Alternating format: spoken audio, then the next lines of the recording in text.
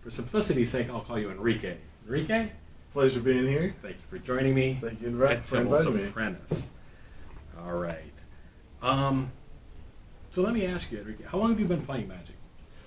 Well, I've been playing Magic since high school. Yeah? So that's a good, long time ago.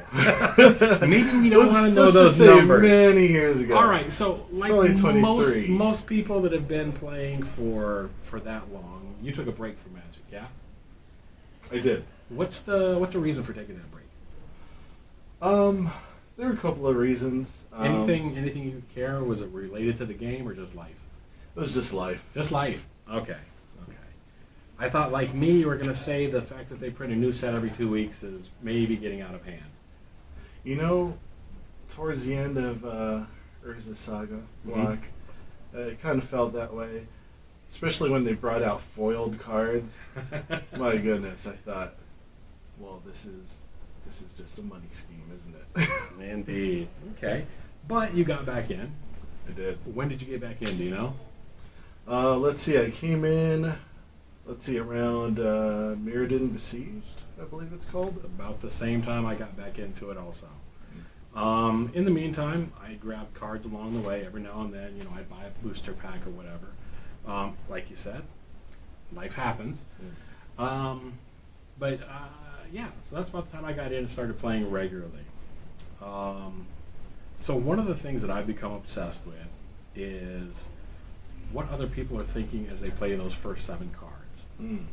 I feel like that sets the tone for the rest of the game. And that first 7 cards is the portal that everybody has to pass through. You know what I mean? Every game you're going to play, you're going to draw your 7 cards. Now, you may mulligan them. You may, go down to 6, 5, whatever. But there's going to be a point at the beginning of every game where you make a decision, do you keep this hand, and what am I going to play? What I'd like to see is how you handle that, what you are going to play. Now, I'm still not having the conversation that I'm looking for yet with this, so I'm hoping you can help me with this. In this case, we're going to look at the commander game. We're going to start with the commander that everybody has potential, had the potential to have. No. We're going to start with that one because it's been out there forever, and this particular build is going to be untapped out. It's my build.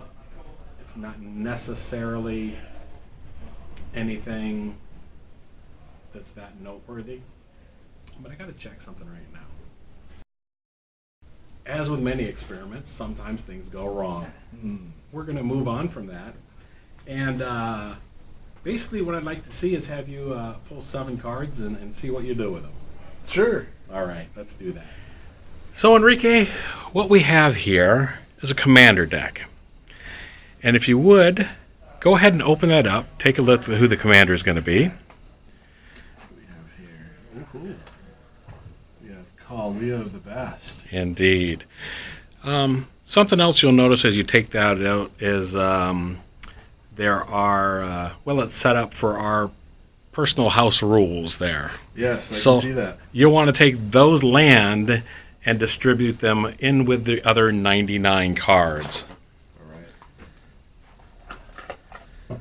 So what I'd like for you to do is to... So have you ever explained? I'm not... No, we'll save that for a later time. But as of now, if you want to just set that box off to the side and shuffle up those 99 cards.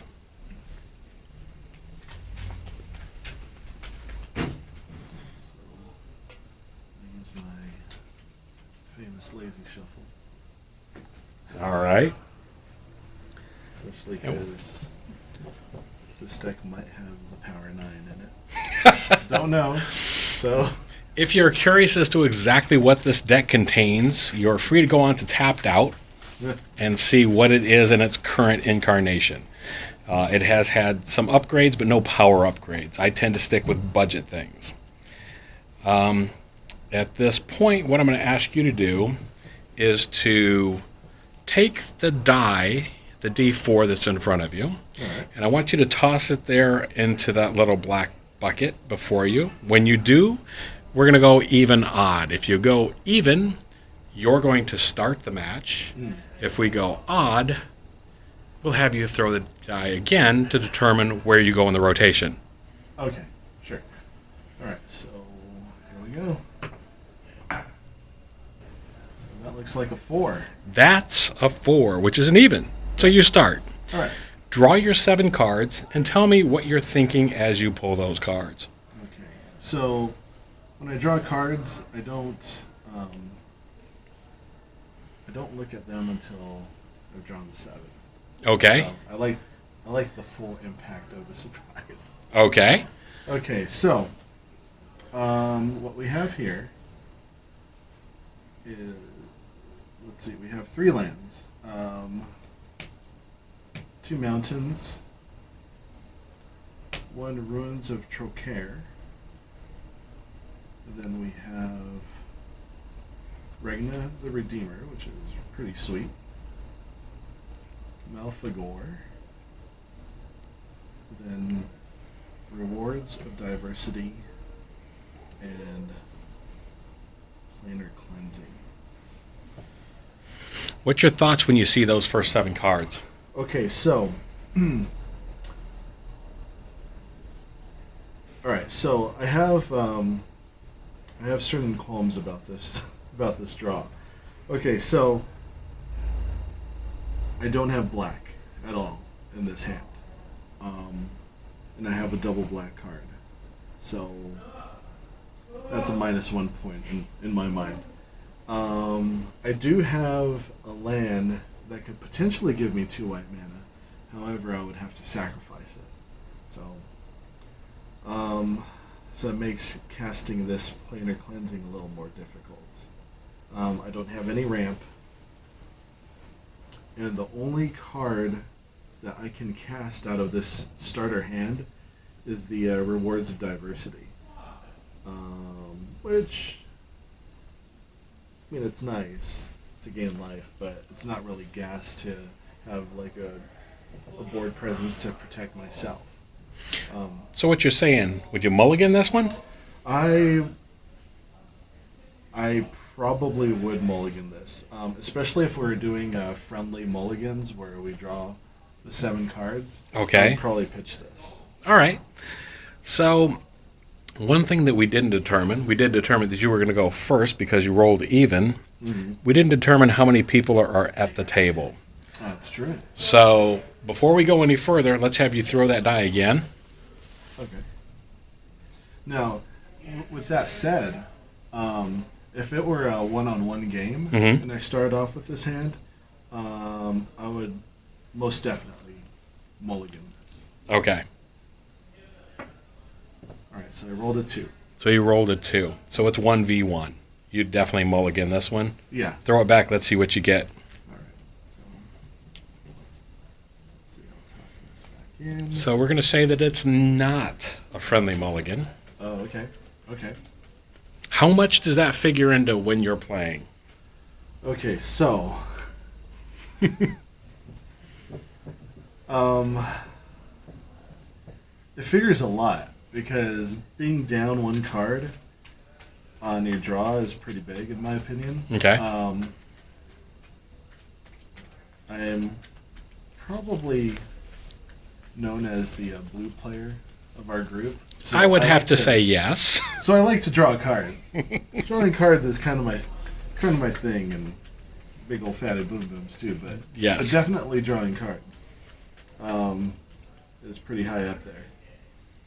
And so having, starting off on an ideal foot, having like ramp in your hand goes a long way. Or just having like early plays especially a 1v1 game. Yeah, it's huge. Something that we will discuss at a later point in Tibalt's Apprentice is the importance of cutting cards, but we'll get to that later. All right, so I'm drawing 6. Drawing 6. So 1, 2, 3, 4, 5, and 6. So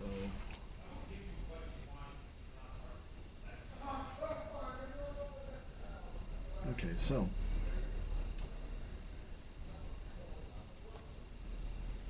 This hand is worse. Alright, so I have 2 lands in this hand. Uh-huh. Oh yeah, I haven't scryed yet. That's true. So that goes a long way. Let's say, so if it's a competitive match, I would have to keep this hand, unfortunately. So there's no way you would go down to less than... No. Okay. No. So then I would take this hand and scry the 1. So that's a swamp. I'll definitely keep that on top. Okay. Okay. So, so I have 2 lands in this hand. Memorial to Glory, which can make some tokens later on for defense or possibly offense. 1 plains. Then I have Ashes of the Abhorrent.